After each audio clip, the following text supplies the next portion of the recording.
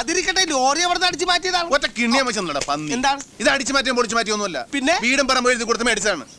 ദൈവമേ, അപ്പൊ പണി നിർത്തി എന്ന് പറഞ്ഞ നേരാണ്. അല്ലാതെ എടാ, അടിച്ച് തീരുമാനിച്ച കാര്യം ദൈവം തമ്പനെ ഇറങ്ങുമെന്ന് പറഞ്ഞാൽ ശരി, ഞങ്ങളത് മാറ്റിയല്ല. That is all.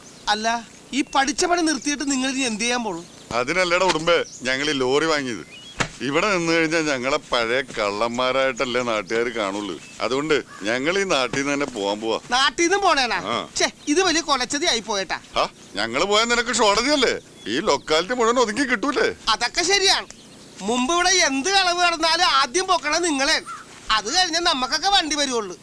ഇനി നിങ്ങൾ പോയി കഴിഞ്ഞാ ഇടി ഷെയർ ചെയ്യാൻ ആളില്ലെല്ലാന്ന് ഓർക്കുമ്പോഴാണ് കോതമംഗലം കഴിഞ്ഞ് മൂലമറ്റത്തേക്കൊരു വിഷമം. ആ ഇടി കൊള്ളാണ്ടിരിക്കണമെങ്കിലേ ഇനി ഞങ്ങളെ പോലെ അധ്വാനിച്ച് ജീവിക്കാൻ തീരുമാനിക്കും. അങ്ങനെ പറയരുത്. ഞാനിപ്പോഴും നന്നായിട്ട് അധ്വാനിച്ചിട്ട് തന്നെയാ ജീവിക്കുന്നത്. വെളുക്കുന്നത് വരെ ഉറക്കൊഴിച്ച് ജനൽക്കമ്പി വളച്ചിട്ടാ വക്കീലിന്റെ വീട്ടിൽ നിന്ന് വാച്ചും ഈ മാല അടിച്ചെടുത്തത്. അതൊന്നും അധ്വാനമല്ലേ? ഇന്നലെ വരെ അന്നെ തന്ന തൊഴിലെ തള്ളി പറയല്ലേ.